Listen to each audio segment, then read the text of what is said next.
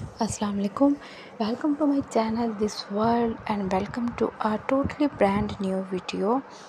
Caption देखकर आप समझ गए होंगे कि आज बात होने जा रही है चावल के बारे में, जो कि तकरीबन तमाम दुनिया के ख़ास तौर पे एशियाई ममालिक के 80% लोगों की मनपसंद ग़िज़ा है। चावल नाज़रीन हम अक्सर खाते हैं। मेहमान अगर घर में आए तो उसके लिए जो दावत की जाती है उसमें चावल के बग़ैर एक अधूरापन लगता है। हफ्ते के ख़ास दिनों में हमारा जुमातुल मुबारक चावल के बग़ैर अधूरा सा लगता है। इसके अलावा कोई भी इवेंट, कोई भी त्यौहार हो तो उसमें चावल को हम लाजमी करते हैं, बनाते हैं। एंड अगर दोपहर को बच जाने वाले सालन जो होता है उसमें भी तकरीबन 80% घराने ऐसे होते हैं रात को उसमें मरग़ूब ग़िज़ा है, रात को सालन में चावल अगर डाल के पका लिए जाएँ तो। अगर आप हफ्ते में 2 बार या 3 बार चावल बनवाते हैं या बनाते हैं या खाते हैं तो ये वीडियो आप ही के लिए है। इस वीडियो को बहुत गौर से आपने देखना है। जी जनाब, हाल ही में ताज़ा तरीन तहकीक सामने आई है कि चावल में एक मुज़र सेहत मादा सिंथिया की मौजूदगी का इंकशाफ हुआ है। बहुत ही नॉमिनल ब्राय नाम सा मादा तो ये चावलों में शुरू दिन ही से था, बहुत पहले से था, लेकिन अब चूँकि आलूदगी बढ़ गई है तो चावलों में इस अनसर की मौजूदगी भी बढ़ चुकी है।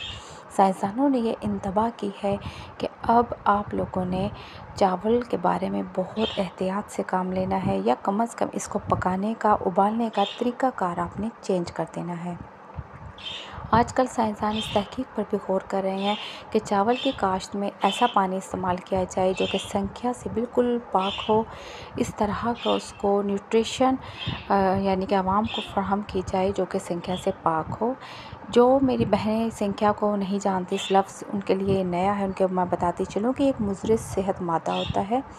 अगर इसकी ज़्यादती हमारे जिस्म में बढ़ जाए तो हमारा जिस्म मुख्तलिफ़ बीमारियों का शिकार हो सकता है, जैसे जिगर की बीमारियाँ, कैंसर और भी दूसरी ऐसी ही बीमारियां हैं जिनका हमारा जिस्म शिकार हो सकता है। तो जी जनाब, टाइम ज़ाया के बाद डायरेक्टली हम उस तरीके की तरफ आते हैं जो कि साइंसदानों ने बताया है। और इसके अलावा जो हमारे आबाओ अजदाद हैं, बहुत हैरत के साथ ये बात कहनी पड़ रही है कि वो इसी तरीके पर अमल करते आए हैं। चावल को पकाते वक्त साइंसदानों ने ख़ास तौर पर यह इंतबाह की है कि जब आप चावल उबालने लगें तो उन्हें पहले से उबलते हुए पानी में डालें, और जब उन्हें एक बार फुल जोश आ जाए तो उस पानी को आप निकाल कर फेंक दें और उसमें ताज़ा ठंडा पानी दोबारा डालें और फिर उसको उसमें उबालें। अगर आप मसाले वाले चावल बना रहे हैं तो उसमें भी आपने तकरीबन पानी को इतना रखना है कि जिसमें वो अच्छे तरीके से गल जाएं और उसको काफ़ी देर तक उबालना है। बिरयानी नाज़रीन क्यों देर से हज़म होती है? अक्सर आपने तहकीक में ये देखा होगा या स्क्रॉलिंग करते हुए आपने अक्सर ये देखा होगा कि बिरयानी का जो डाइजेस्टिव टाइम है वो दूसरे चावलों की निस्बत ज़्यादा है। हमारा स्टमक जो है वो बिरयानी को ज़्यादा टाइम में डाइजेस्ट करता है। इसकी क्या वजह है? क्योंकि हम उसको उतना नहीं गलाते जितना हम दूसरे चावलों को गलाते हैं।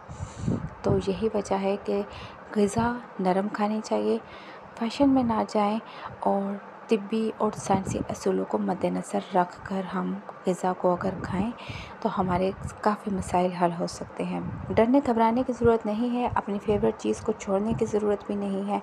बस आपने इन बातों का ध्यान रखना है जो आपको बताई गई हैं। एक नई वीडियो में फिर से मुलाकात होगी। अल्लाह हाफ़िज़।